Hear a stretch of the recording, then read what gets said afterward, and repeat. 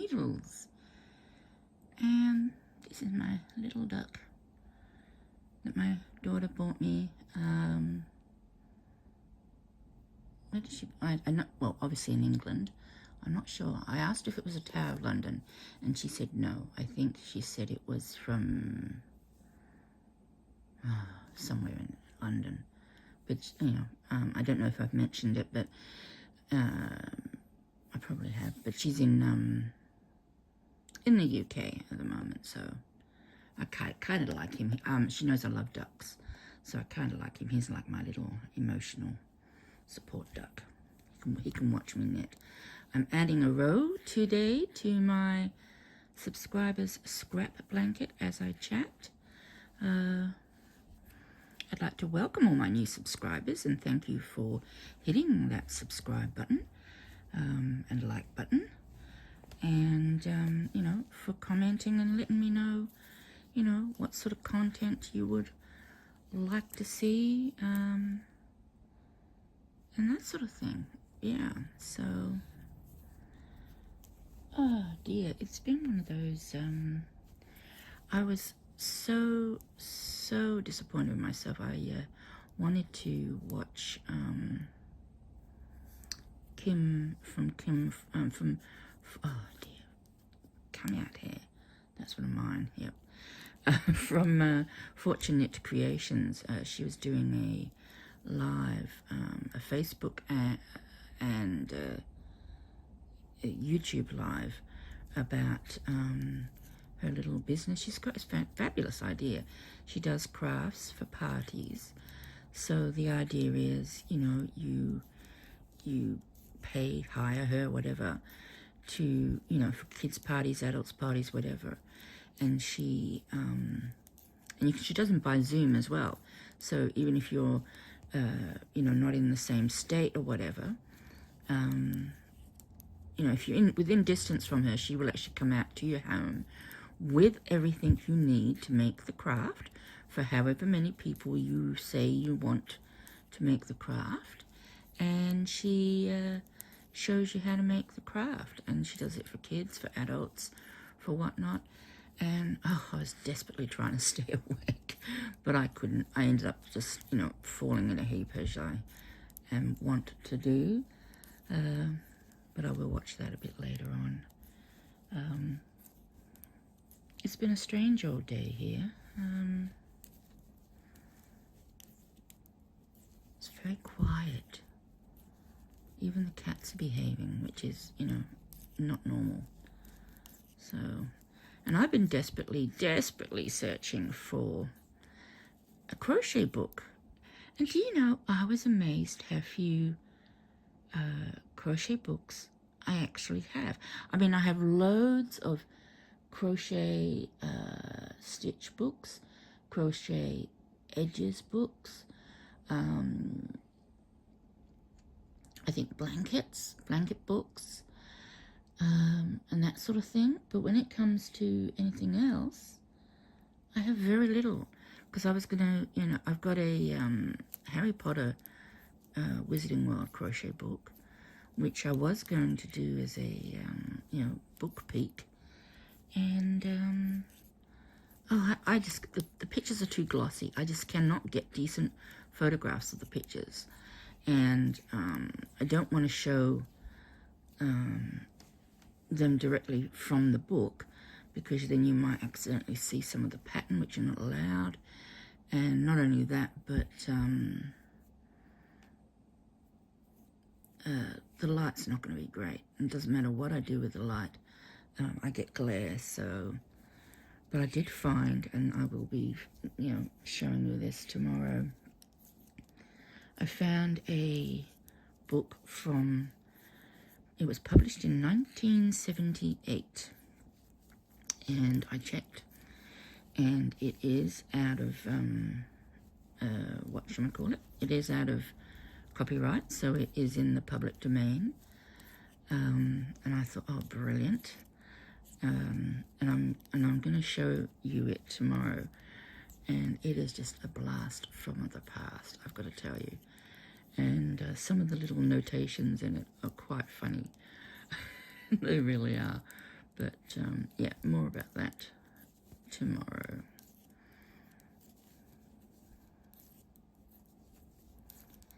Yeah, it's been one of those days.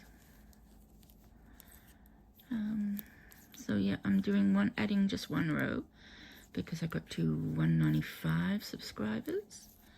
I'm currently at 198, so just 2 more subscribers, and I'll be at 200. And yeah, and my blanket will be 1/5 of the way through. And looking at the width, I may need to, I don't know, add a few more rows when I'm actually done with it, but we'll see. We'll see. So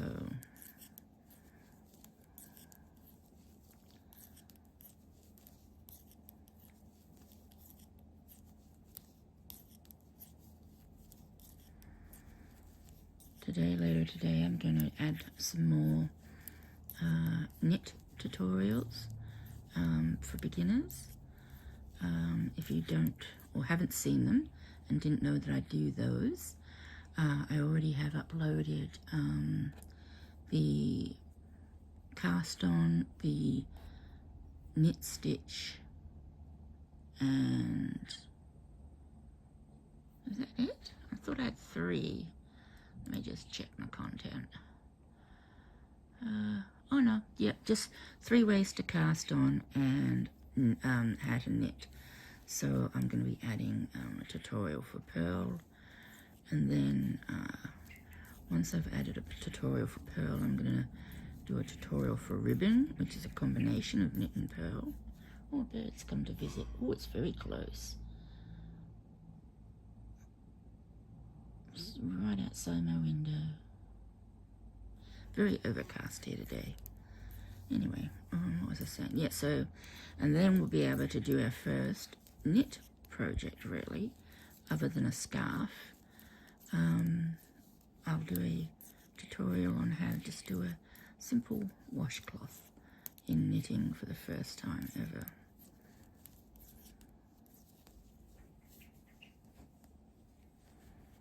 Oh, the other cat's woken up. He's heard the bird as well.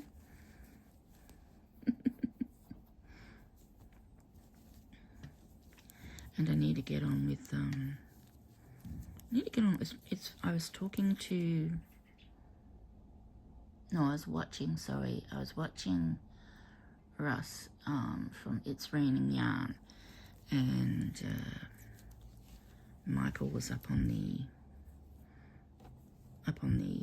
panel, along with, oh, I can never remember the man's first name, Matt, and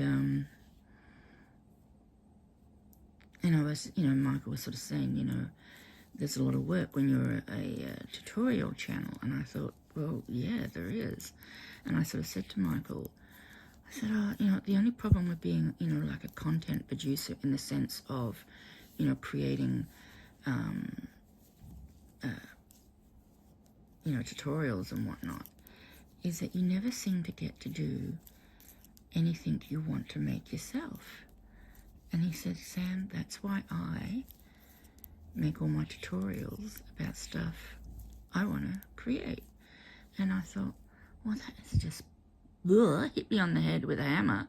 Why didn't, that is just so obvious. But thank you, Michael, for directing me in the right direction, because it's so simple. I mean, I feel so stupid for not really sort of, and that's what I was going to do. That was my whole intention when I started the channel, was just to do what I wanted to do, I do want to do the knitting, beginners knitters tutorials, because I think there's a lot of crocheters that follow me, and I really believe that they can really get a lot out of knitting. And so, and I enjoy doing those. And I will still do my one stitch, different stitch with a graph every week, because once again, I enjoy doing those. I just need ideas for stitches. So if you've got any ideas of a unique stitch or a stitch that you would like to see in chart form, please let me know in the comments below, because you know, I just basically Google, every week I Google unique or unusual or rare crochet stitches, because I like to do things that perhaps aren't as out there, or obviously out there, you know. I mean, I don't want to do, you know, like a granny square. I mean, I have done a granny square, to sort of show people how to write a chart. But yeah, but I love the idea of learning new, interesting sort of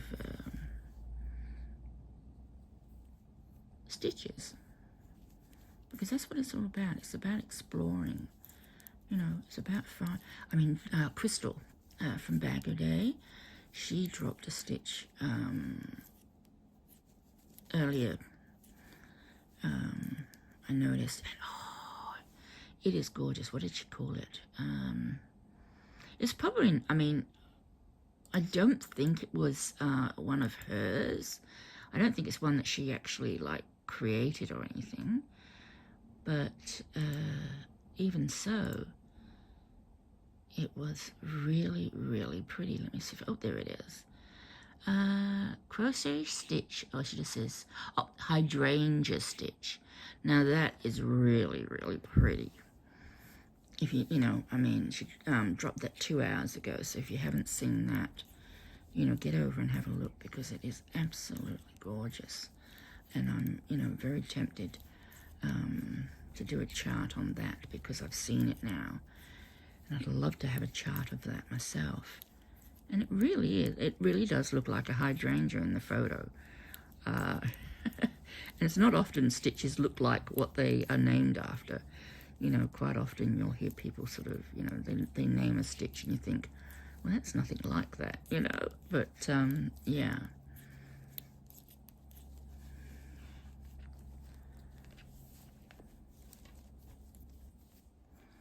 So I'll be doing that later today. My mother is in hospital today. She's having her jaw worked on.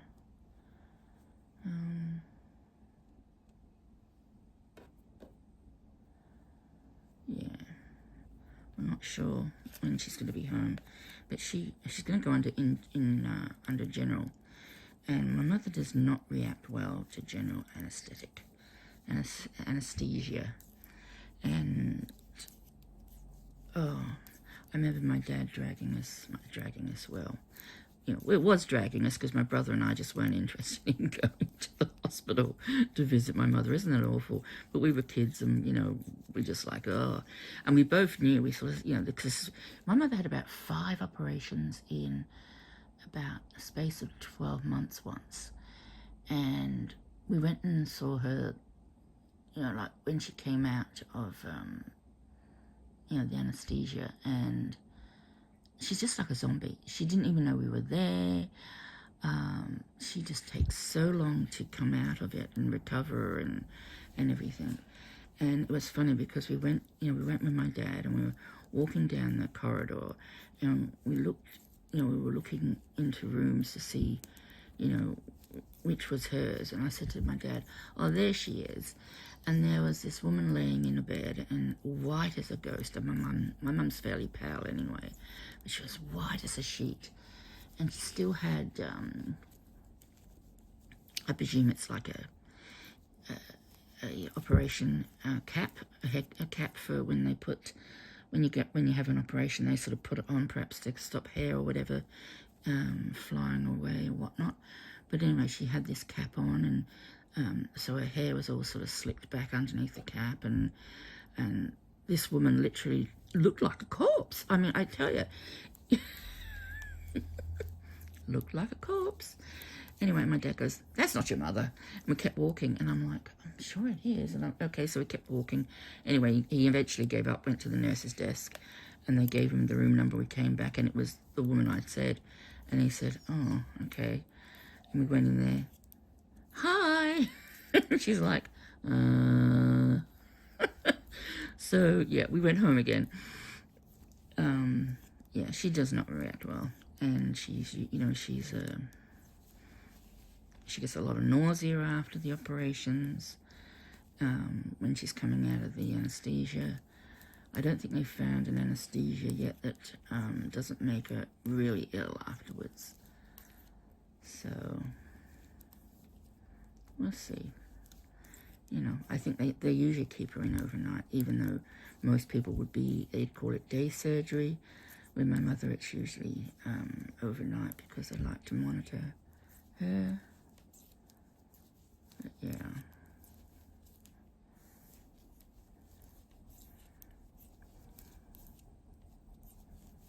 Oh, hear a train. I should do another silent video soon. When it's not, when it's a little bit warmer, and I'll open up my window. Mind you, it's warming up here now.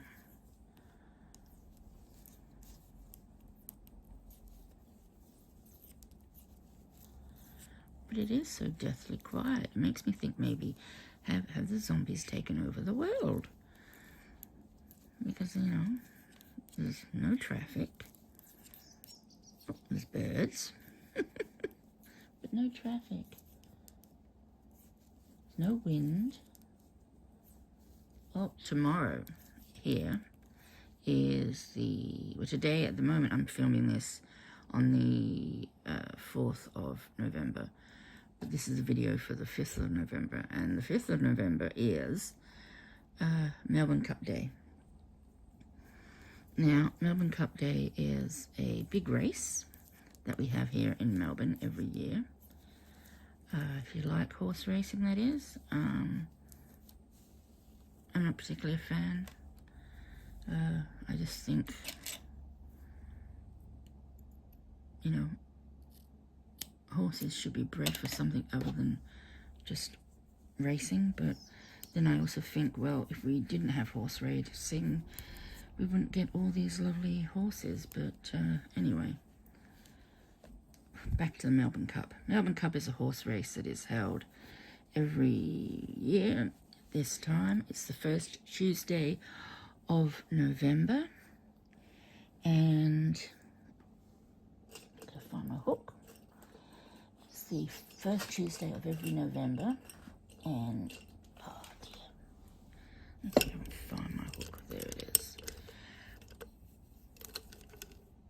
And I think it's a 3.2 thousand meters. So it's over 3 kilometer run, which is quite a long handicap race, I believe. That's supposedly quite lengthy. So, but anyway, and we all, well, I say we all, I'm in the state of Victoria, which is where Melbourne is, and generally speaking, the Melbourne metropolitan area, or the get the public holiday, because they just do, for the race, to go to the race, like it's some massive big deal. I mean, I suppose it is great for tourism. It is a huge race. It is telecast all over the world. In Australia, they used to call it, they probably still call it this, they call it the race that stopped a nation. But I don't think it stops a nation anymore, not like it used to. I don't think people are as interested in horse racing these days as they once were.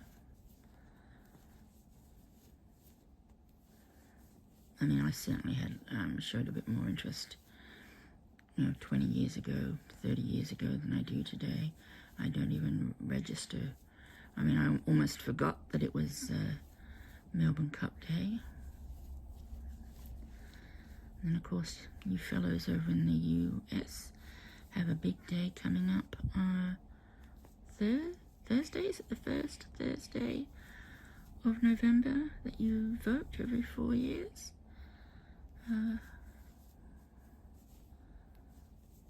that seems odd to me, because we just vote whenever the government say we're going to have a vote. So they can choose to have an early election. You know, usually our guys, I think, are in power for 4 years.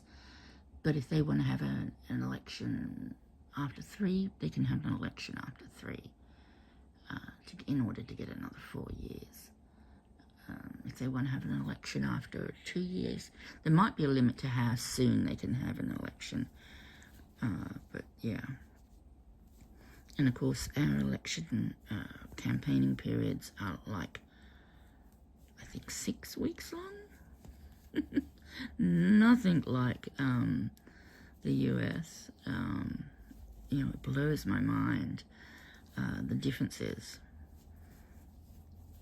You know, it's very weird how different countries do things. I think we do things very similar, though, to the UK, because obviously that's where Australia sort of basically stemmed from, the UK.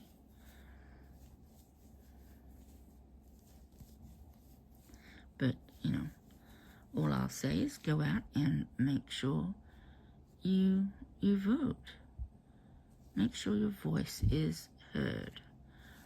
I wasn't allowed to vote in Australia for the longest time because there was a rule out that if you had not turned 18 by a certain year, if you were an immigrant and you had not turned 18 by a certain year, then you were not allowed to vote in the elections.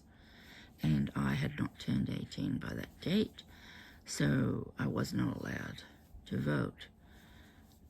Then, 2006, 2007, I actually became an Australian citizen. I finally took my citizenship, and that entitled me to vote.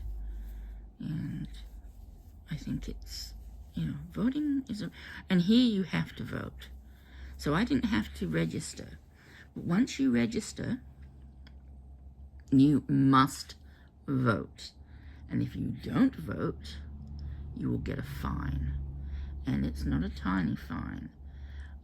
I got a fine once because I did miss a vote because I was ill, and I got a fine,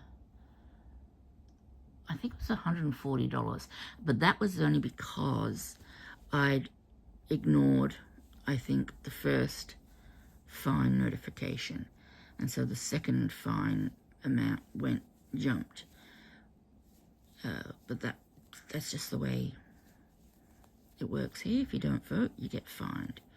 And so they don't care if you just, you know, put a smiley face in the tick box, or whether you just, you know, leave it blank and just throw, you know, just fold it up and put it in the vote box. They don't care. You've just still got to go and vote. Yeah, but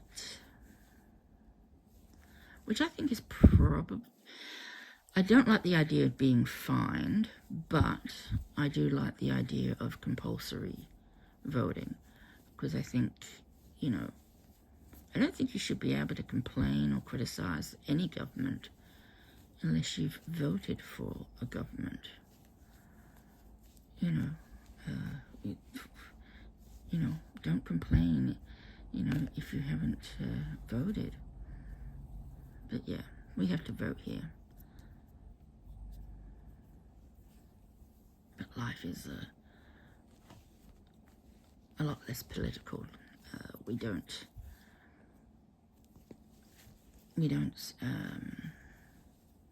have like this them and us sort of attitude with between the two parties, which I see between some people, which is a shame. Most people don't really care who you vote for here, as long as you vote. And other than that, you know, they don't care. Because, you know, our attitude is, you know, they're all the bloody same, aren't they? I mean, they really are all the same. They all tell lies. They all, you know, break promises. Some more so than others, though. Yeah, it's, politics is horrible. but it's unfortunately a necessary evil, I think, you know, to keep democracy and keep things fair for everybody.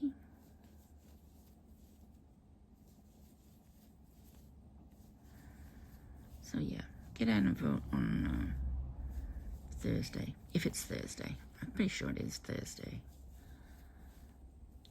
or whenever it is that you have to vote. In Australia, we used to have, or we still have, I thought I heard that they'd actually removed it, but we used to have what they called a blackout. And you couldn't, there will be no political ads, no political speeches, no nothing like that for the last 24 or 48 hours before voting. And the idea of voting day. Now here you can't vote early unless you're voting with a, well, maybe you can vote early. No, there's no booths to go to vote early, but you can vote via mail. We've done mail-in voting for a long, long time, which is really good for people like me who are housebound and you know, don't get out to the booths. But the booths are only open till I think they close at 6 p.m., 7 p.m., something like that. And they are only open for one day, and they're only open on a Saturday. And if you're not going to be, you know, in your local area, you can still vote. You can do what they call an absentee vote, because you're absent from your district, and you can vote in another state or whatever. So it's interesting how things sort of are done differently.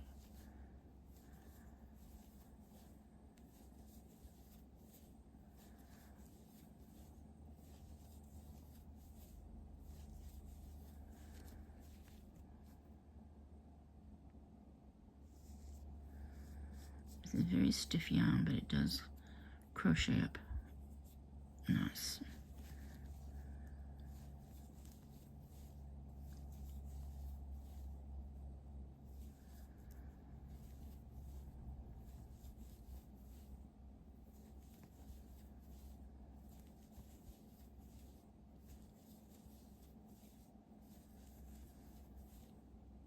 Oh, I'm almost falling asleep crocheting.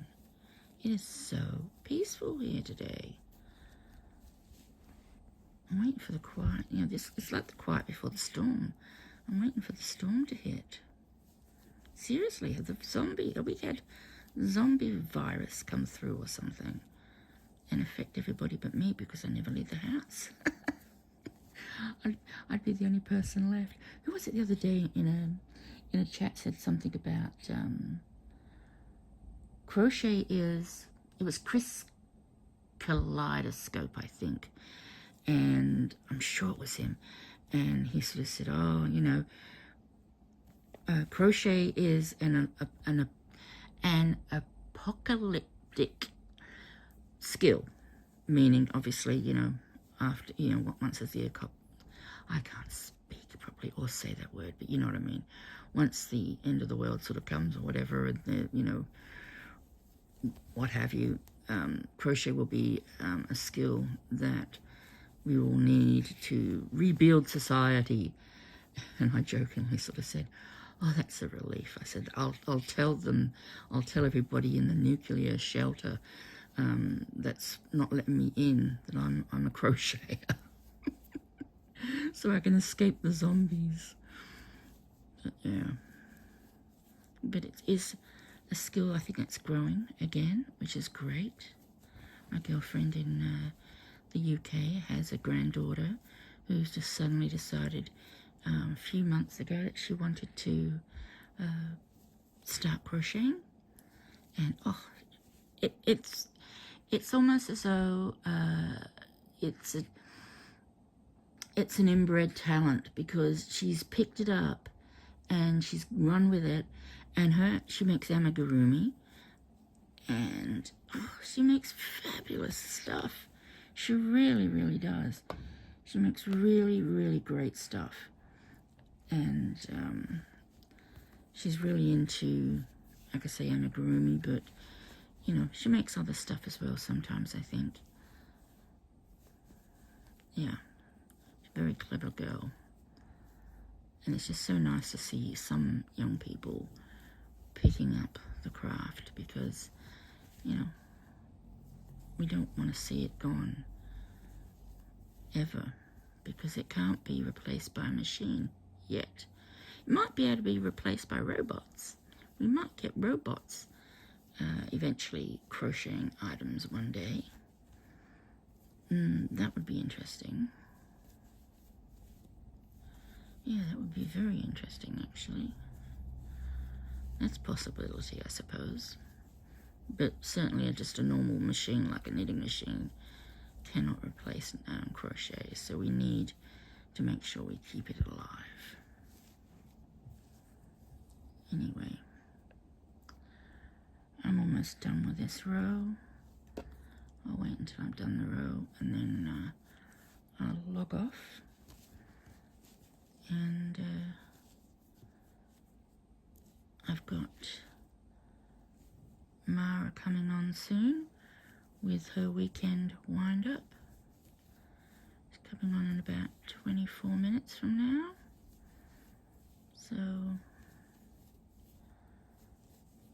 I'll watch that probably, and I'll hopefully see many of you that are watching this in there. Say hi.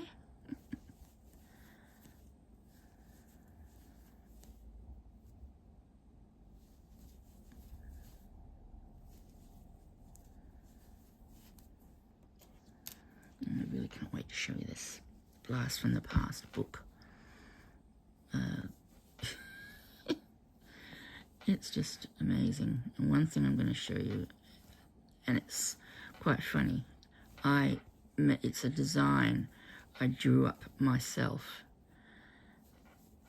on the inside cover of the book, and I've actually seen the actual design created by a designer recently. And it's weird how those sorts of things happen. You sort of go, wow, you know, you think how innovative you are and everything, and then you look and you go, oh, okay, someone has done that. Obviously, someone hadn't done it in 1978, I don't think, when I was doing it, but you never know. And there's even an Afghan stitch one in there, so there's even a Tunisian pattern in this book.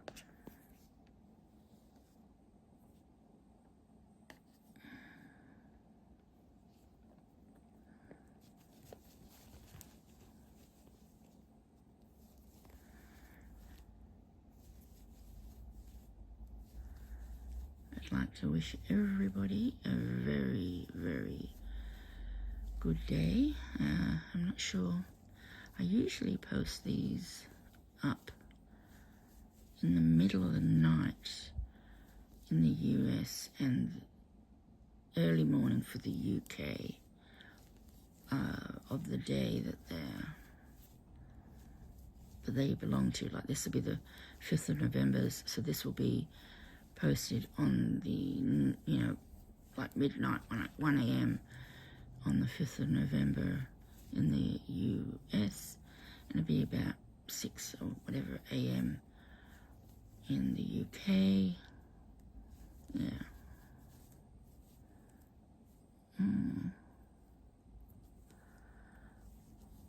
Black yarn, I should have left a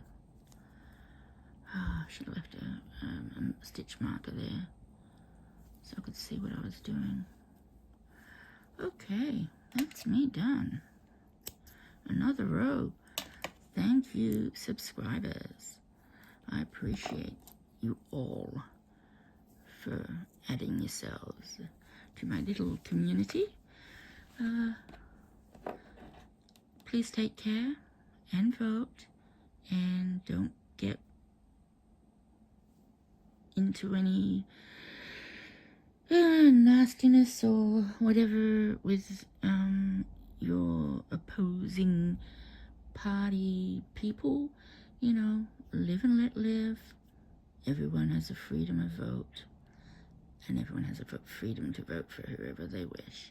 So just keep that in mind, and you'll have a wonderful day, I'm sure. Until next time, people, take care, and bye for now.